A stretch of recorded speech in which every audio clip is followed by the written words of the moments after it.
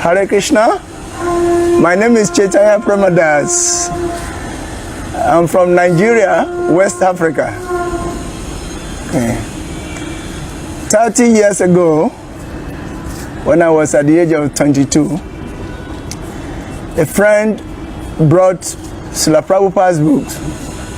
We were school friends, we were schoolmates, and we used to do everything together. So we were also searching for the truth. You see, in my background, I was a Christian, my parents were Christians, and I was searching for the truth. At a point, I stopped going to church. I stopped following anything because I was not convinced. Questions I had were not answered.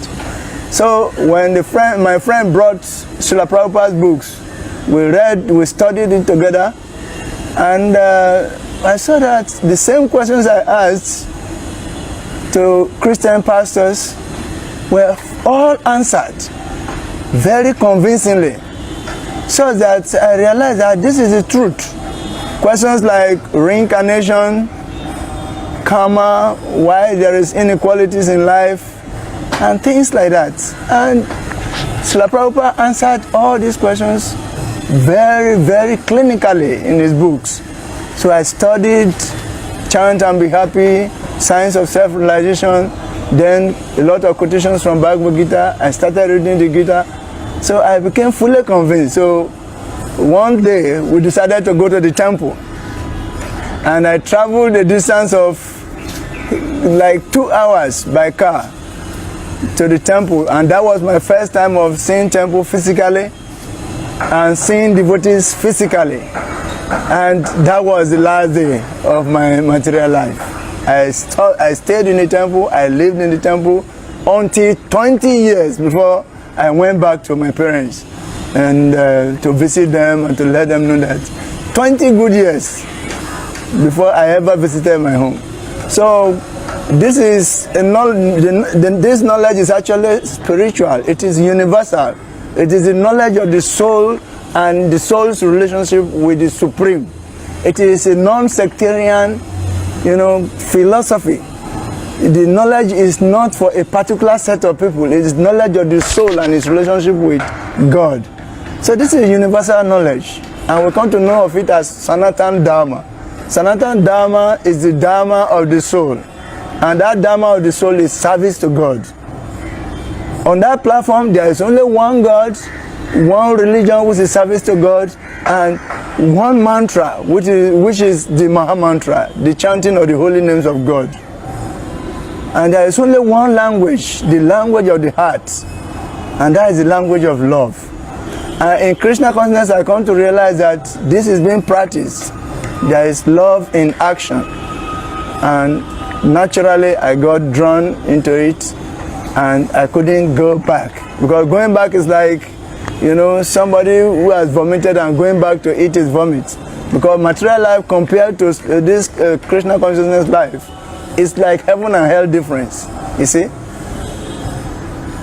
it's heaven and hell different. For instance, I was smoking, drinking, following women. I didn't know what was right from what was wrong, even though I've been reading the Bible, because there were no examples, proper examples to see. But in Krishna consciousness, I saw that people were following, and their life was completely different. They were completely free from illicit sex, gambling, intoxication, things that I was addicted to, and things that everybody considered normal. So there I began to live among them, and I also developed the same quality. I developed a distaste, complete distaste for these same things I was completely ensnared with. So I see that there is potency, there is power in association, and I took full advantage of it. And I also got cleansed, and I became a devotee. And I realized now that actually I'm a soul, and as a soul, my only duty is to serve God. You see, service to God is the only dharma of the soul, and doing that is like pouring water to the root of a plant. And when you water the root, automatically the leaves and the branches are nourished. Or like giving food to the stomach. When you do that, the whole bodily limbs are nourished. So similarly, when you serve God, everything else in the universe fall in place. This is what I come to realize. And there is no question of going back. Going back to what? Going back to drinking and smoking and womanizing and pursuing worldly things, which I know that are temporary. So this is my story. I became a devotee, and I'm very happy that I'm a devotee, and I am ready to, take any austerity, any risk to try to connect others to this knowledge, because it is the only thing that can save mankind from all sufferings. So my dear brothers and sisters, please take to Krishna consciousness. Come close to the devotees, inquire from them, and find out what the actual goal of life is, so that you can live a really meaningful life. True meaningful life means a life surrendered, or a life dedicated to service to God. That is real meaningful life. And I'm happy doing this, because that is the duty of the soul, to serve God and be happy. When the hand is connected to the body, the hand is happy. It does not look for happiness separately, but automatically it becomes happy. Similarly, when the soul is connected to serving God, that natural happiness comes from within. That natural happiness is a product of the soul's doing its eternal duty.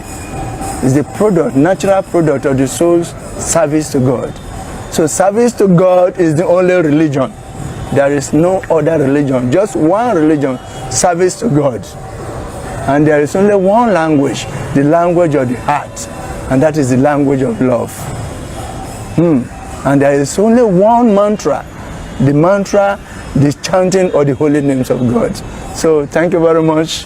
Hare Krishna, Krishna Krishna, Hare Hare, Hare Rama, Rama Rama, Hare Hare. This mantra is magical.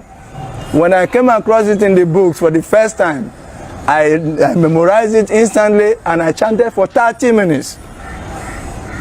30 good minutes. I was absorbed in chanting, repeating this same mantra. So it's the mantra that is from the soul. The language itself is the language of the soul, and Sanskrit is the language of the soul. Hare Krishna.